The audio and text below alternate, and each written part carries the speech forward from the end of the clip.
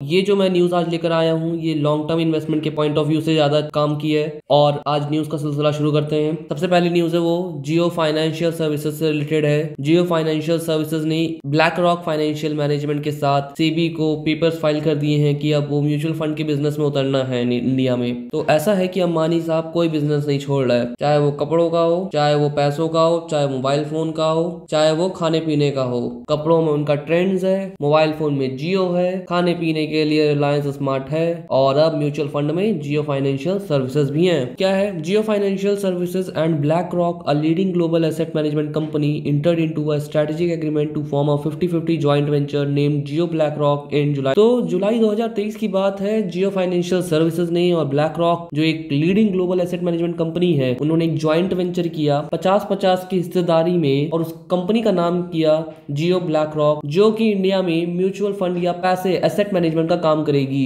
Jio financial services limited and BlackRock financial management services have filed papers with the capital market regulator, the securities and exchange board of India to launch mutual fund business in India. मैंने जैसा आपको बताया कि Jio financial services और BlackRock financial management ने SEBI के साथ papers file कर दिए हैं और उनको अब म्यूचुअल फंड बिजनेस में इंडिया में उतरना है। The joint venture aims to revolutionise the India's asset management industry by providing affordable and innovative investment solutions to millions of investors in the country through a digital first approach, they said in a statement on Wednesday। तो जब इन लोगों का joint venture हुआ तो जुलाई में, तो उसी वक्त उन्होंने जुलाई में एक स्टेटमेंट दी कि ये जो ज्वाइंट वेंचर है इसका एम क्या है। तो इनका एम है कि इंडिया में एसेट मैनेजमेंट इंडस्ट्री को रिवोल्यूशनाइज करना है और ये कैसे करेंगे, अफोर्डेबल और इनोवेटिव इन्वेस्टमेंट सॉल्यूशंस देके इन्वेस्टर्स को। अब वो क्या सॉल्यूशंस देते हैं वो तो उनको पता होगा कि वो कैसे इस इंडस्ट्री को रिवोल्यूशनाइज कर रहे हैं। The mutual fund industry in India has achieved a significant milestone with assets under management nearing the 50 lakh crore mark in this November. तो नवंबर में इंडिया का जो असेट अंडर मैनेजमेंट है, मतलब असेट अंडर मैनेजमेंट का मतलब क्या है कि कितने लोगों ने पैसा एक जगह दे रखा है और टोटल एसेट हमारा 50 लाख करोड़ के पास पहुंच गया है। 50 लाख करोड़ बहुत बड़ी रकम होती है ये, और ये लगातार बढ़ता ही जा रहा है। तो जियो फाइनेंशियल सर्विसेज ने भी अब इस मामले में, इस फील्ड में अपने आप को उतार लिया है। जियो का शेयर इसी साल लिस्ट हुआ था 2023 में और अभी भी वो अपने लिस्टिंग प्राइस के आसपास ही है। तो अगर आपको लंबे समय पे इन्वेस्टिंग करनी है तो आप जियो फाइनेंशियल सर्विसेज के शेयर और मुकेश भाई पे भरोसा रख के इस शेयर में इन्वेस्ट कर सकते हैं। जल्दी दोगुना हो सकता है और आपको अच्छे रिटर्न्स मिलेंगे। तो ये हुई हमारी पहली खबर जियो फाइनेंशियल सर्विसेज से रिलेटेड। और हम लोग आगे बढ़ते हैं और हमारी दूसरी न्यूज है India's Gujarat state science deals worth 86 billion ahead of investment summit. तो ये बड़ी न्यूज है, गुजरात में इन्वेस्टमेंट हो रही है, गुजरात की गवर्नमेंट काम कर रही है। तो ये न्यूज आ रही है आज 3 जनवरी को रियूटर्स के माध्यम से। India's Gujarat state on Wednesday signed initial investment agreements worth 7.17 trillion Indian rupees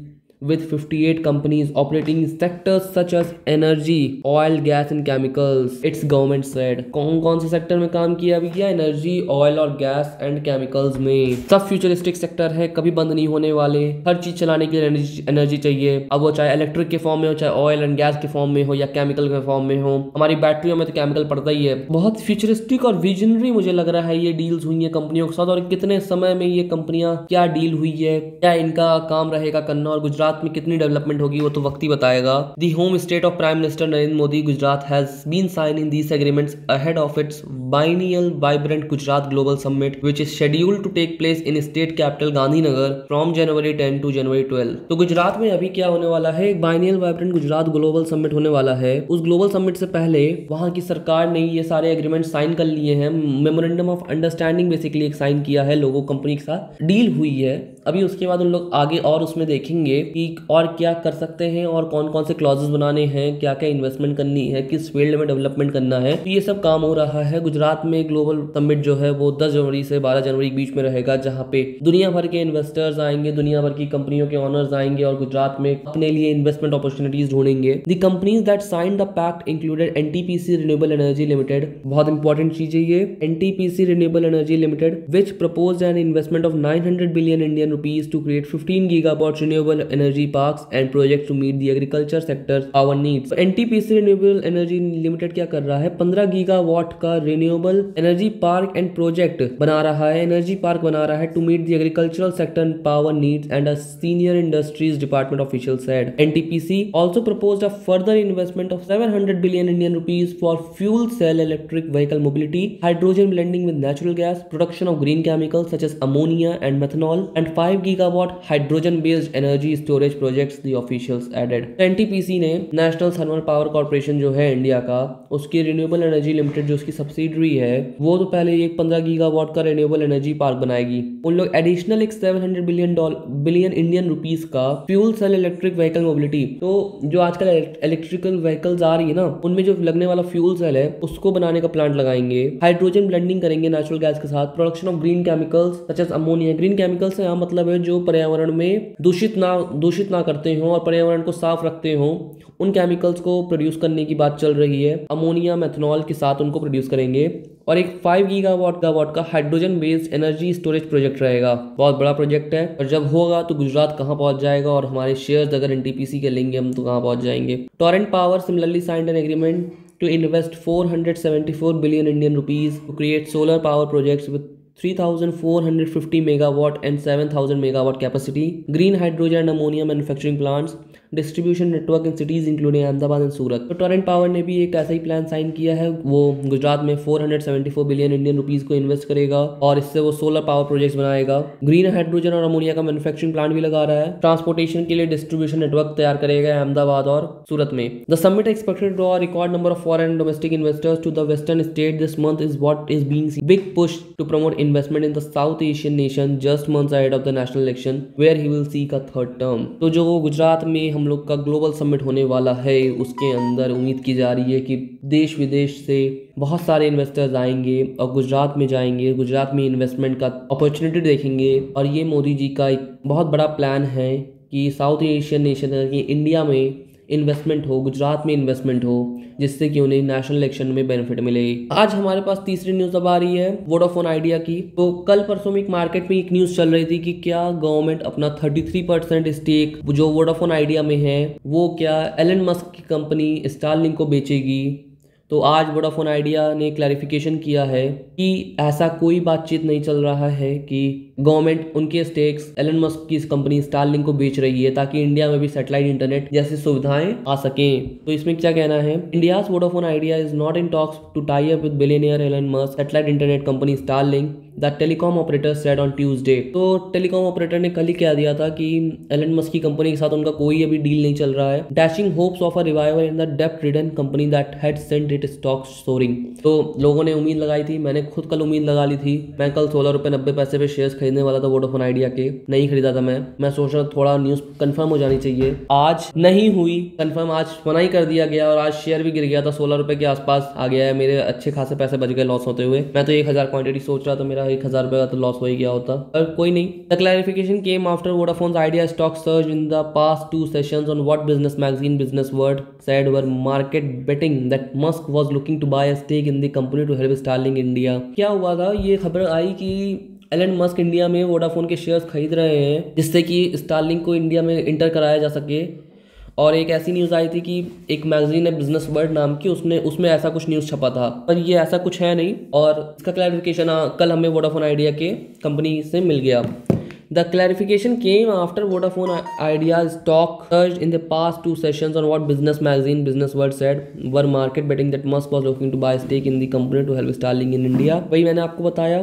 तो ये इनका शेयर भी बहुत तेजी से भाग गया था वोडाफोन आइडिया का, 16 रुपये पे आ गया है 12, 13, 14 रुपये से। We would like to submit that company is not in any such discussion with the named party.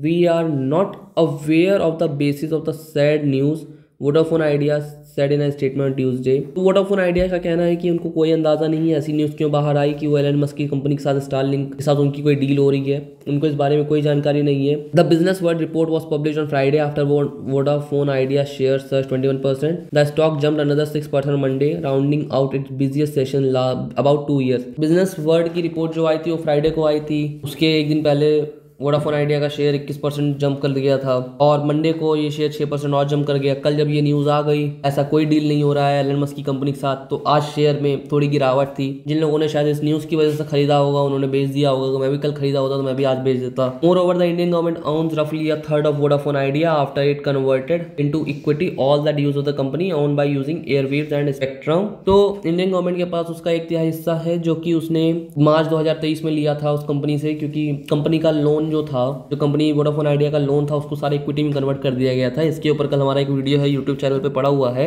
Vodafone Idea के ऊपर, आप उसको जाकर देख लीजिएगा तो ये पूरी कहानी आपको पता चल जाएगी। Vodafone Idea's financial views make it an unattractive partner said Karan Turani analyst with Elara Capital. Vodafone Idea का साथ जो उनका फाइनेंशियल क्राइसिस चल रहा है वो अभी एलन मस्क की कंपनी के साथ थोड़ा अनअट्रैक्टिव पार्टनर लग रहे हैं, तो ये अभी ये डील होना थोड़ा पॉसिबल नहीं है। On one end it's struggling to raise more cash, on the other end they have large डेब्ट टू सर्विस। तो वोडाफोन आइडिया के साथ क्या क्राइसिस आ रखा है ना कि उनके पास मार्केट है नहीं, अब मार्केट सारा उनका भारतीय एयरटेल और मोस्टली जियो ले चुका है।